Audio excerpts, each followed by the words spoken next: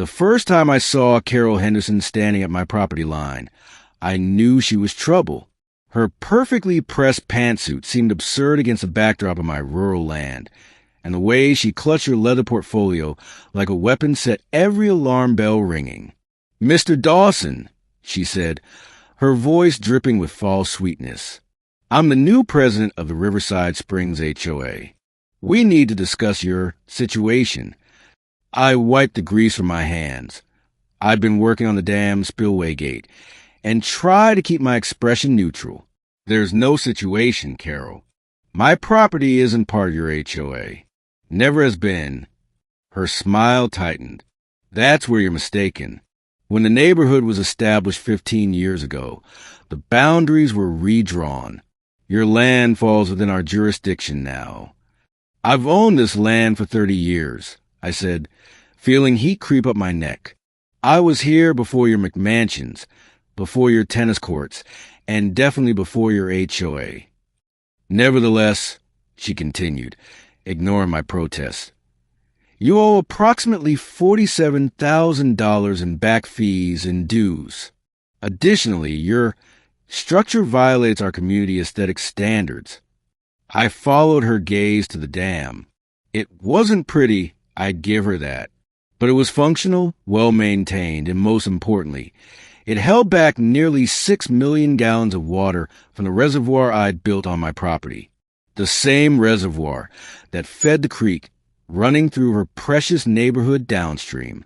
"That dam has been here for 25 years, I said slowly. "It's registered with the county. It's inspected annually. And it's not going anywhere." Carol's expression hardened. "We'll see about that. You have 30 days to pay your fees and submit an application for a variance, or we'll take legal action." She turned on her heel, her stilettos somehow finding purchase on the rocky ground, and marched back to her Mercedes. The next 3 weeks were a nightmare of certified letters, legal threats, and HOA board meetings where I wasn't allowed to speak. My lawyer, Jim Patterson, a good man who'd handled my property affairs for decades, looked increasingly worried each time we met. "They're serious, Tom," he said, spreading documents across his desk. They found some obscure county rezoning from 2008 that technically could put your land under HOA jurisdiction.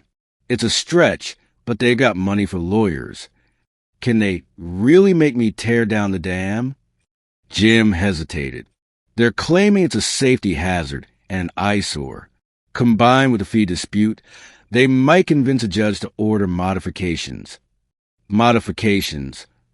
I laughed bitterly.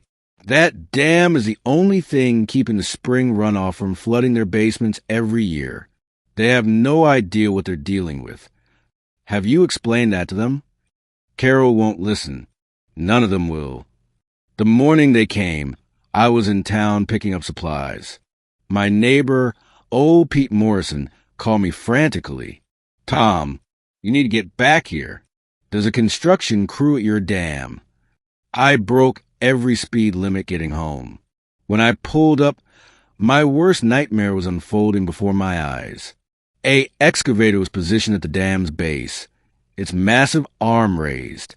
Carol stood nearby with 2 other HOA board members and a man in a hard hat, who I assumed was the contractor. Behind them, a sheriff's deputy shifted uncomfortably. "Stop," I shouted, jumping out of my truck. "You can't do this." Carol held up a document. "Court order, Mr. Dawson. Signed this morning. The dam is being removed as a public nuisance." "That's not a court order," I said, my hand shaking. "You need engineering surveys, environmental impact studies. This takes months of planning. You can't just tear it down." The contractor spoke up. "Ma'am," he's right. "This isn't standard demo procedure. We should—" "You're being paid to follow orders," Carol snapped. "The HOA board has voted, and we have legal authority. Proceed." I turned to the deputy. "Officer, please. That dam is holding back millions of gallons. If they breach it without proper drainage, the whole valley will flood." The deputy looked uncertain. I'm just here to keep the peace, sir. If you interfere, I'll have to arrest you. I tried calling Jim, but it went to voicemail. I tried the county engineer's office. Closed for lunch. I stood there helpless as the excavator's arm swung toward the dam's face. At least let me open the spillway gates. I shouted, "Let the water drain slowly." "We don't have time for your delays," Carol said. "This is happening now." The first bucket of the excavator bit into the concrete, then another. I could see the contractor getting nervous as water began seeping through the cracks. "Ma'am, we should stop," he said.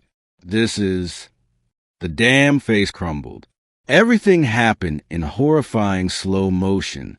The breach widened from a crack to a hole to a complete collapse in less than 30 seconds. 6 million gallons of water, held back for a quarter century, found its freedom. The roar was deafening. "Run!" I screamed. We scattered. The excavator operator abandoned his machine just before the wall of water slammed into it, flipping the multi-ton vehicle like a toy. Carol's Mercedes disappeared in the initial surge. We scrambled up the hillside as the water devoured my property, taking my workshop, my tools, everything I owned. But it didn't stop there. The wall of water followed the natural creek bed, straight through the heart of Riverside Springs HOA. From the hillside, we watched the disaster unfold. The water hit the first row of houses within 2 minutes. Basement windows exploded. Garage doors buckled. Cars floated down streets that had become rivers. Carol's face had gone white. "Oh my God!" "I tried to warn you," I said quietly. Emergency sirens wailed in the distance. Helicopters appeared overhead within 15 minutes. The contractor was on his phone, shouting at someone about evacuation procedures. The flooding continued for 3 hours as the reservoir emptied. By the time it stopped, 47 homes had major water damage. The HOA clubhouse was destroyed.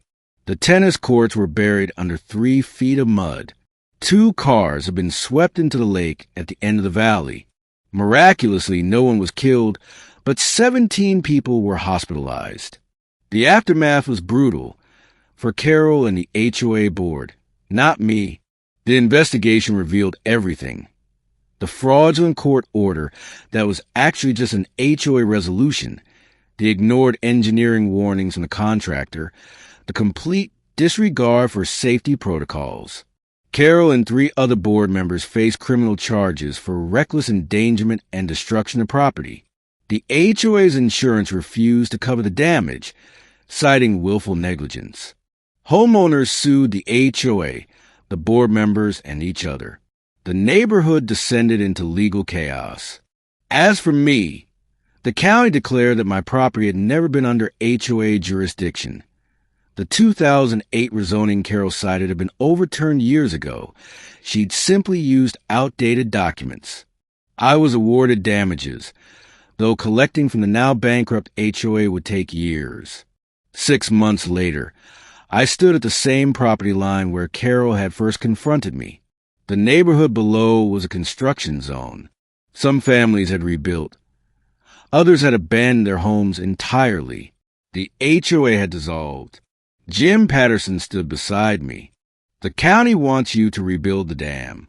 They fast-tracked all the permits.